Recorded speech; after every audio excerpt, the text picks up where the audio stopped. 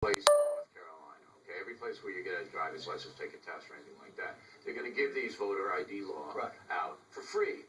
For free. And a lot of people don't have cars, are poor, don't have access to a place to go to get those IDs. So you're saying that there are people in North Carolina. Wait, you were saying, Alan Colmes is saying, on the record in front of millions of people, there are folks in North Carolina, like Aunt B, Opie, who can't physically get to the Department of Motor Vehicles to get the ID.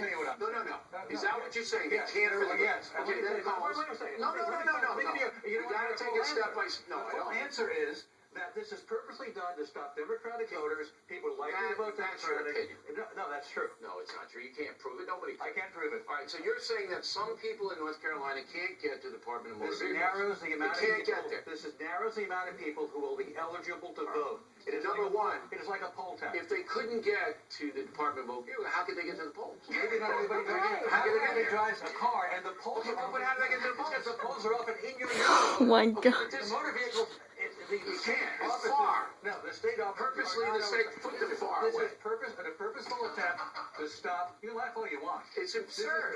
It's absurd. Why are you addressing a problem that doesn't exist? There is not a problem of voter fraud at the voting booth. That's not what the governor says. No, he says there's a lot of fraud. Of course the governor says that. He's got a political agenda. If you look at Whoa. The governor's a liar. I vote for him. People can't get to the voter vehicles. Studies done on this, academic studies that show by the North Carolina, the Brennan Center at NYU, done national studies by the Carnegie Foundation. They have done studies to find out that this is not a problem. There are very few prosecutions for this issue. All right. You say? I say, if it's okay to require photo ID to board an airplane, but this is the conservative line. Can we get about that?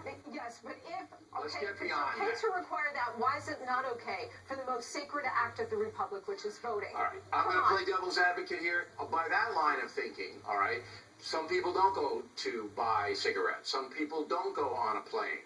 Colmes is saying there are people in North Carolina, now I don't believe this for a second, but that's what he's saying, that physically can't get to the Department of Motor Vehicles to get the ID. First of all, in all of these states, and now including North Carolina, 35 states have some form of this voter registration or voter ID law, right? They make it incredibly easy to get a free ID, not just through the DMV, but through other locations. If you need a birth certificate in order to produce it to get the ID, they're now providing those for free.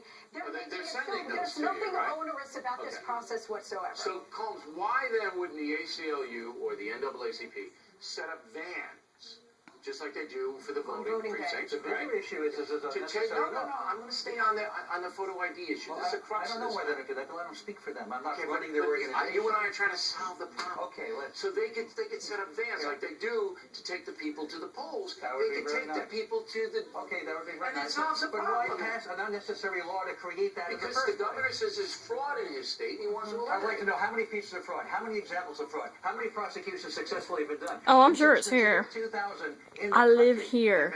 633. You're objecting to a basic. I'll give you real numbers. Prove who you are before you vote. Real numbers. Since 2000, there have been 633 cases of voter fraud in this country. Most of them are absentee voter fraud or registration voter fraud, not voter fraud by impersonation. So Look, this is a common sense move to try to prevent voter fraud where it happens, because when you don't have this kind of system in place, it makes voter fraud easier to carry out and less reportable. The other thing is that the U.S. Supreme Court upheld voter ID laws in 2008, so it's completely constitutional. Yeah, they're not going to be able to do something. It is a common sense move in the most sacred act of the republic, voting. Colmes, I'm trying to think of if there's a logical way to get through to you.